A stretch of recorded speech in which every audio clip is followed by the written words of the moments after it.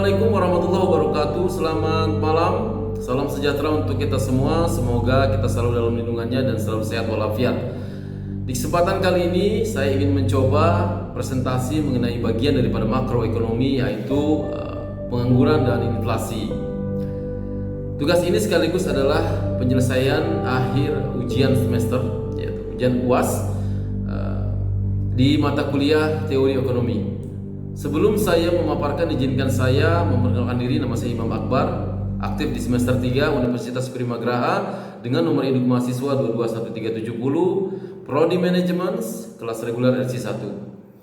Tak lupa saya ucapkan terima kasih kepada Bapak Edi Surantna yang telah memberikan saya kesempatan untuk presentasi di channel YouTube. Mudah-mudahan ini menjadi nilai tambah dan bisa bermanfaat untuk Anda semua, teman-teman. Teman-teman, saya akan mencoba presentasi mengenai materi pertama, yaitu pengangguran.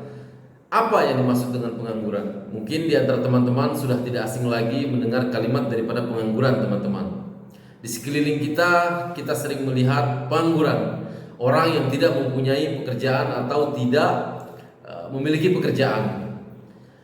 Pengangguran atau tunakarya adalah sebuah istilah yang dikategorikan pada orang yang tidak bekerja sama sekali dan belum mendapatkan kerja atau sedang mencari kerja. Menurut para ahli, yaitu Sukirno mengatakan bahwa pengangguran merupakan jumlah dari tenaga kerja dalam bidang perekonomian yang aktif mencari pekerjaan tetapi belum berhasil mendapatkan pekerjaan tersebut, teman-teman. Sedangkan menurut Nanga berpendapat bahwa pengangguran merupakan keadaan ketika seseorang yang tidak termasuk dalam kategori angkatan kerja tidak memiliki pekerjaan serta tidak secara aktif mencari pekerjaan saat itu. Lalu ada penyebab pengangguran, teman-teman. Apa saja sih penyebab pengangguran? Penyebab pengangguran diantaranya itu besarnya angkatan kerja yang tidak seimbang dengan kesempatan kerja. Nah, ini juga menyebabkan pengangguran, teman-teman. Tidak seimbangnya kedua belah pihak ini, antara angkatan kerja dengan lowongan pekerjaan. Lalu masyarakat atau warga negara yang tidak memiliki keterampilan tinggi atau pendidikannya rendah. Lalu ada kemajuan teknologi yang mengikis tenaga manusia, seperti di pedesaan-pedesaan yang telah menggantikan tenaganya dengan mesin. Lalu ada tenaga kerja yang ada di daerah atau di kota yang tidak dimanfaatkan tenaganya. Nah, ini juga menyebabkan pengangguran. Lalu pemerintah memberhentikan kebijakan keberangkatan mengirim tenaga kerja ke luar negeri. Nah, ini juga salah satu penyebab daripada pengangguran. Kemudian ada PHK, pemutusan hubungan kerja. Lalu ada masalah geografis, ya, terlalu jauh di pedalaman, yaitu tinggal jauh daripada perkotaan. Dan yang terakhir adalah kemiskinan. Nah, kemiskinan ini juga menyebabkan pengangguran, teman-teman. Lalu dampak pengangguran. Apa saja dampak pengangguran, teman-teman? Dampak pengangguran yaitu dapat berpotensi membuat keuangan negara semakin membengkak. Lalu meningkatnya angka kriminalitas, dapat memunculkan konflik warga negara dengan pemerintah, dapat menyebabkan kesenjangan kesempatan bekerja. Lalu dapat menyebabkan seseorang kehilangan keahlian dan keterampilan. Kemudian menurunkan daya saing belanja. Juga meningkatkan angka kemiskinan, dampak pengangguran ini. Lalu dapat menyebabkan kesenjangan sosial. Kemudian dapat menyebabkan politik dalam suatu negara tidak stabil dan adanya konflik dalam suatu rumah tangga. Dan sering kali kita mendengar bahwasanya meningkat angka kriminalitas. Nah, ini merupakan salah satu terbesar dampak pengangguran, teman-teman. Sering kali di media sosial ada pembegalan, ada pembunuhan, ada penipuan. Nah, ini adalah dampak-dampak pengangguran yang meningkatnya angka kriminalitas, teman-teman. Juga meningkatkan konflik dalam rumah tangga. Sering kali kita mendengar, teman-teman, di beberapa media cetak, ya, sering kita dengar ini karena adanya dampak dari pengangguran. Nah, teman-teman, saya akan mencoba mengulas atau persentase mengenai tingkat pengangguran terbuka menurut provinsi yang saya ambil pada akhir Agustus 2003 melalui channel Biro Pusat Statistik, di mana tingkat pengangguran menurun pada hampir seluruh kabupaten di kota Sumatera Selatan kecuali Musirawas, di mana angkanya kisaran 4,11%. Nah, tingkat penganggurannya menurut provinsi. Lalu ada tingkat tertinggi tercatat di Provinsi Palembang, teman-teman, yaitu mencapai angka 7,49%. Kemudian yang terendah ada di Kabupaten Ogan, Komering, Hulu Selatan sebesar 1,8%. Nah, ini paling rendah, teman-teman. Jenis-jenis pengangguran. Apa saja jenis-jenis pengangguran? Berdasarkan faktor penyebabnya, itu pengangguran musiman, merupakan pengangguran yang terjadi akibat pergantian maupun perubahan musim. Lalu ada pengangguran siklis, di mana merupakan pengangguran yang terjadi karena krisis ekonomi dan terjadi pemutusan hubungan kerja. Lalu ada pengangguran deflasioner, teman-teman. Ya, ini merupakan pengangguran yang tidak terjadi, yaitu pengangguran yang terjadi karena jumlah tenaga kerja lebih tinggi daripada lowongan pekerjaan. Lalu ada pengangguran voluntary. Nah, ini adalah merupakan pengangguran yang cukup terlena mungkin ya, karena terjadi lebih memilih tidak ingin bekerja daripada bekerja, padahal dia ada kesempatan untuk bekerja. Lalu ada pengangguran struktural. Nah, ini diakibatkan karena perubahan struktur ya dari sektor ekonomi di suatu negara. Kemudian ada pengangguran teknologi, yang ini disebutkan tadi, yaitu pergantian tenaga manusia dengan teknologi, teman-teman. Lalu jenis-jenis pengangguran menurut lama waktu bekerja, yaitu pengangguran terbuka atau open unemployment. Pengangguran terbuka merupakan sebuah situasi di mana orang tersebut sama sekali tidak bekerja atau tidak berusaha mencari pekerjaan.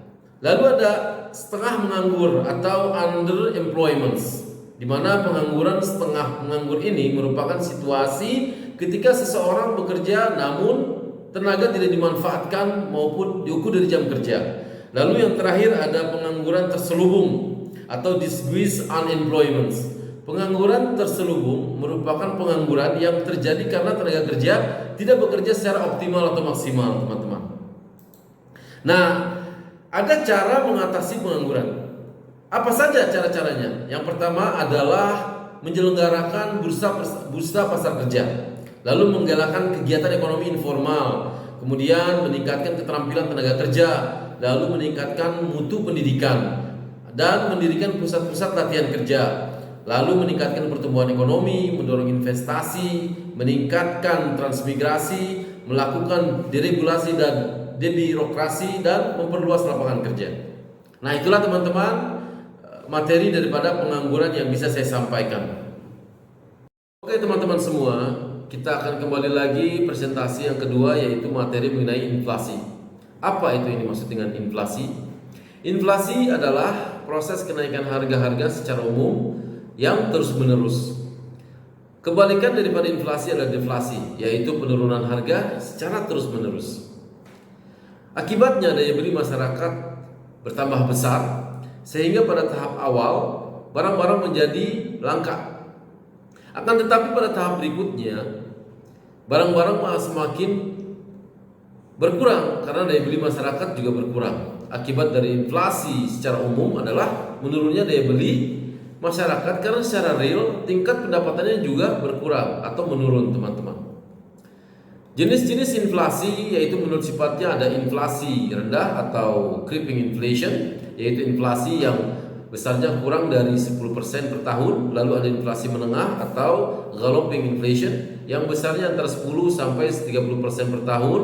Inflasi ini biasanya ditandai oleh naiknya harga-harga secara cepat dan relatif besar. Lalu ada inflasi berat atau high inflation, yaitu inflasinya besarnya antara 30 sampai 100% per tahun. Dalam kondisi ini harga-harga secara umum naik.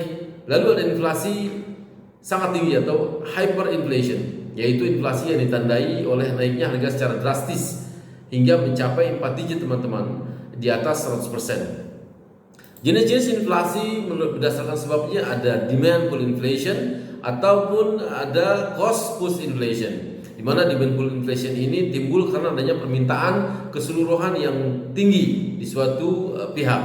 Lalu cost push inflation disebabkan turunnya produksi karena naiknya biaya produksi.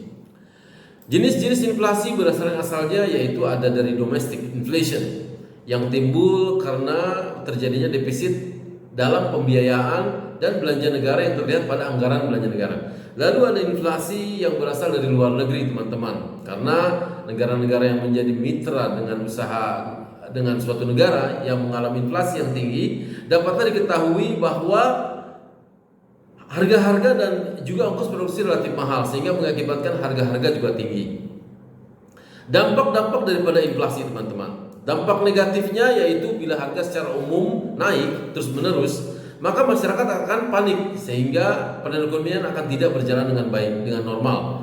Lalu sebagai akibat dari kepanikan tersebut, masyarakat cenderung untuk menarik tabungan untuk membeli dan menumpuk barang, teman-teman, sehingga terjadi ras di bank dan akan mengalami pengurangan dana, bahkan mungkin bisa kejadian bangkrut.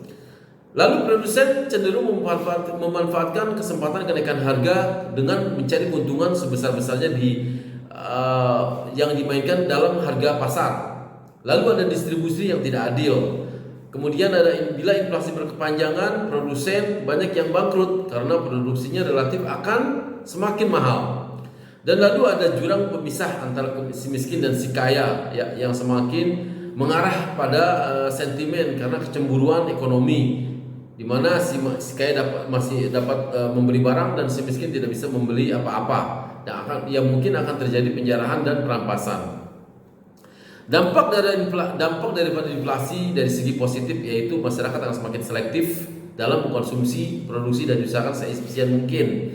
Lalu inflasi yang berkepanjangan dapat menumbuhkan industri kecil dan tingkat pengangguran cenderung akan menurun. Cara mengatasi mencegah inflasi, teman-teman, yang pertama adalah kebijakan moneter. Sasaran kebijakan moneter dapat dicapai melalui pengaturan jumlah uang beredar. Lalu ada kebijakan fiskal, di mana pemerintah mengatur mengenai perpajakan. Lalu ada kebijakan berkaitan dengan output, ya, kenaikan output dapat memperkecil laju inflasi.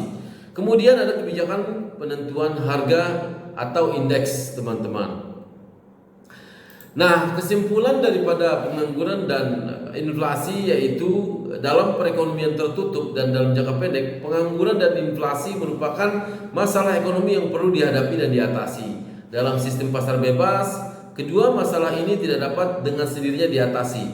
Kebijakan pemerintah perlu dijalankan apabila salah satu kedua masalah tersebut timbul. Ada dua cara yang digunakan untuk melihat masalah pengangguran. Yang pertama adalah dengan melihat sumber dari wujud masalah tersebut, dan yang kedua adalah berdasarkan ciri-cirinya. Demikianlah, teman-teman, presentasi saya mengenai pengangguran dan inflasi. Mudah-mudahan ada manfaatnya untuk Anda semua. Mohon maaf bila ada kekurangan. Kami siap menerima kritik dan saran. Kalau ada sumur di ladang, boleh kita menumpang mandi. Bila ada umur panjang, kita jumpa lagi di video berikutnya. Terima kasih. Wassalamualaikum warahmatullahi wabarakatuh.